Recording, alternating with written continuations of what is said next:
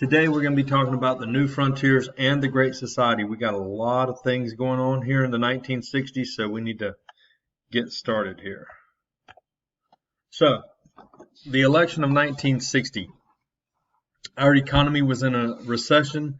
We had the U-2 incident with Gary Francis Powers, and it's embarrassing that he got shot down over the Soviet Union. We had a prisoner swap to get him back. 1957, we had Sputnik. The Soviets beat us into space. And in 1960, John F. Kennedy defeats Richard Nixon by 119,000 votes. It's the closest election in U.S. history since 1888 and 2000. He's going to become the youngest elected president. He's 43 years old. He will be the only Catholic to this date to serve as president. Kennedy's winning factors were TV and civil rights. He was a civil rights proponent, and he, to be quite honest, looked better on TV. He used makeup and Nixon didn't. If you look at the first debate ever held on television, 1960 Nixon and Kennedy debate here, keep in mind,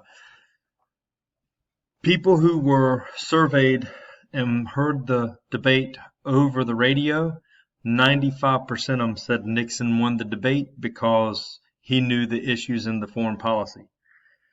Likewise, 95% of the people who watched the debate and saw the two candidates said Kennedy won because he looked more presidential and he didn't look sick. And Nixon refused to wear makeup, so you could see him sweating. You could see he looked a little more sicker on camera than Kennedy. So looks do play a part.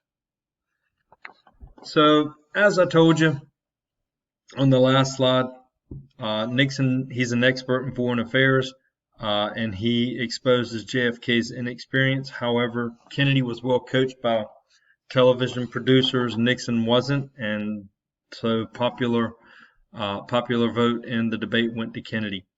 The debate really not on the issues, but on looks. Nixon's years of experience basically evaporated right on television in one evening.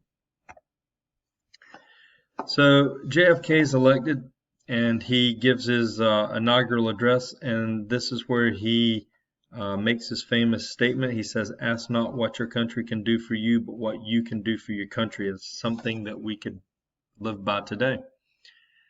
Domestic politics or domestic policies, he called them the new frontiers. Space, science, and society. These are the things he's going to focus on. He increases the budget in 1961 to increase spending. He extends unemployment insurance and provided help with cities and high unemployment rates. JFK successfully creates the Peace Corps. This is his creation. It's in use today. We use this to combat communism instead of wars, instead of military. Most people were volunteers and straight out of college. You can actually volunteer for Peace Corps today. He felt like if we sent our best and brightest overseas to help local populations with whatever it was they needed, building bridges, farming, providing homes, whatever, building homes, he felt that this was a better way to combat communism than fighting, to show people in the world what good people we have here in the U.S. and that are willing to volunteer and help. If you volunteer for this today, it actually is a strong resume builder for you right out of college. It's a 2-year commitment, and you go to different places in the world. Race to the moon. Competition with the Soviets. Kennedy committed the U.S. to reach the moon and land a man safely and return him within the decade.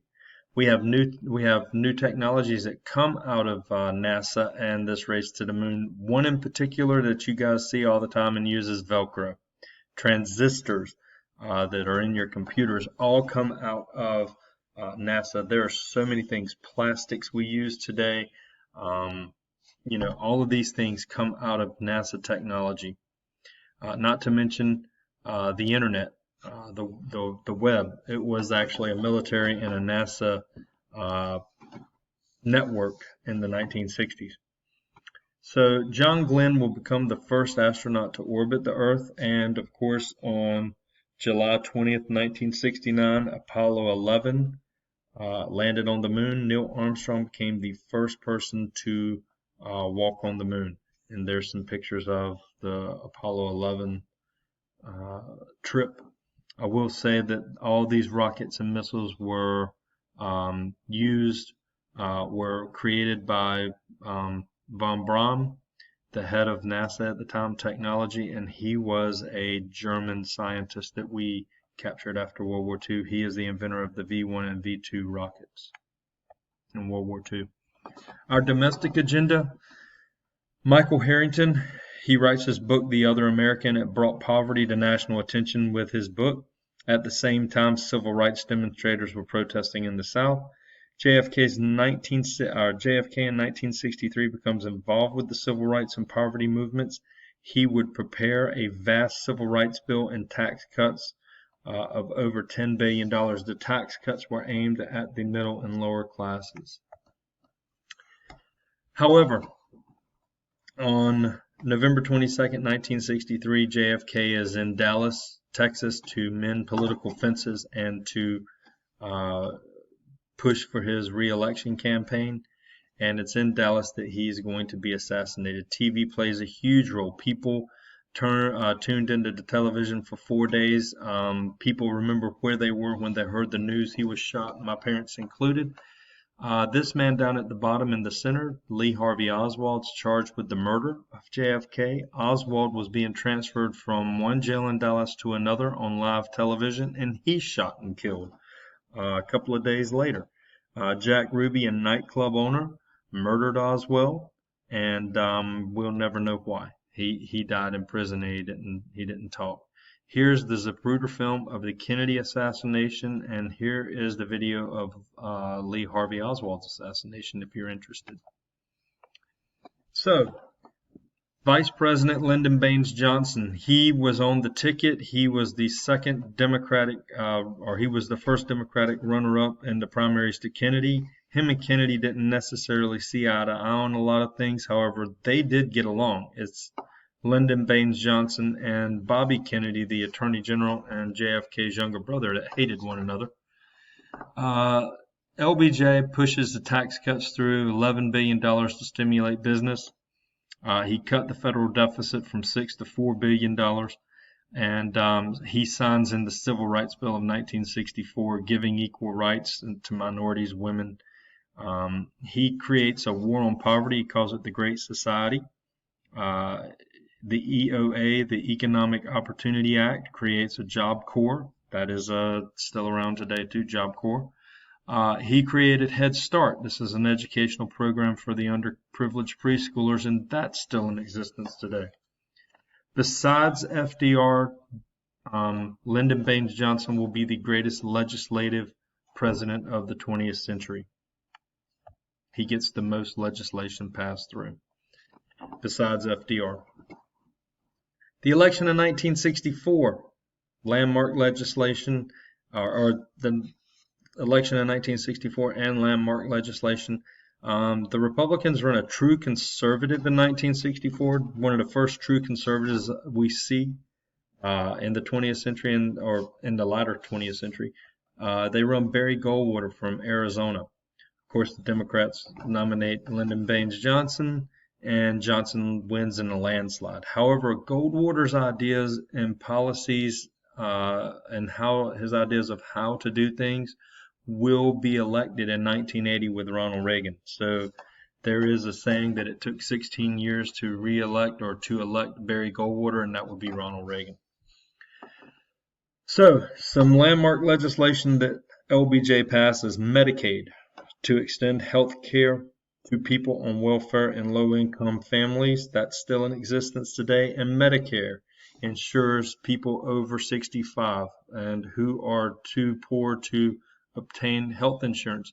This still exists today, and 85 to 90% of all Americans today, when they reach 65 or over, usually apply for Medicare. So, some more legislation of Lyndon Baines Johnson. He creates HUD, the Housing and Urban Development Cabinet position, the Immigration Act of 1965, the Voters' Rights Act of 1965. Keep in mind, like I said in the Civil Rights packet, the Voting Rights Act is one of the greatest pieces of legislation of the 20th century because it gives rights directly to minorities, but in 2014 it was thrown out of the Supreme Court because it only named 7 states and you got to treat all states fairly. Congress refused to do anything about it because Paul Ryan said we don't have discrimination in the voting booth anymore, which is not true.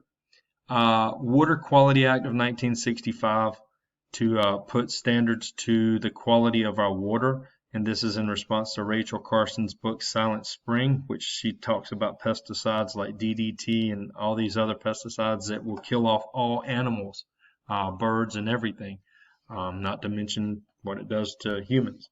So we get the Water Quality Act of 1965 that guarantees, their standards on water purity, and we know that companies break this all the time because we have that problem here in Wilmington, Gen X.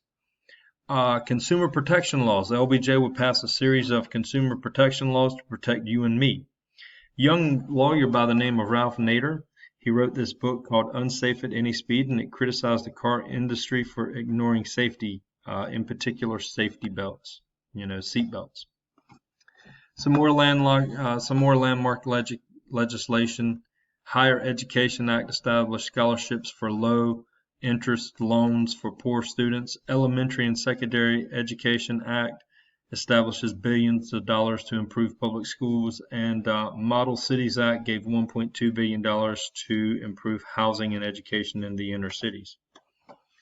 So the impact of the Great Society. LBJ ends up not running for election in 1968. Vietnam's going to be his Achilles heel. He extended the power and the reach of the federal government more than any other president post-World War II that we've had. Like I said, other than FDR, he's the legislative king. However, most of his bills are going to be hastily conceived and passed and left people disillusioned at the Great Society. By 1969, 206 bills had been passed. They ranged from poverty to consumer advocacy. And he did raise awareness on a number of social issues. Massive tax cuts will spur the economy on, encourage deficit spending, and this will be a problem that continues to this day. Democrats were seen as soft on crime.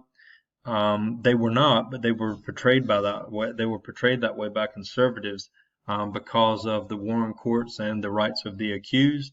Conservative backlash. In 1964, LBJ was considered a peace president because he's running on a platform of peace. However, in 1968, he's seen as a war hawk because of our involvement in Vietnam. So this is one of the most divisive conflicts in U.S. history, and he's at the center of it, and it gets away from him, and it will be his lasting legacy. So Nixon offers a promise to get us out of the war and restore law and order. Baby boomers start to enter the workforce. Even in the U.S., we don't have enough jobs for all of them. So many in the population today, they have entered the Social Security age, and we're concerned about spending for them in Social Security. We are finished.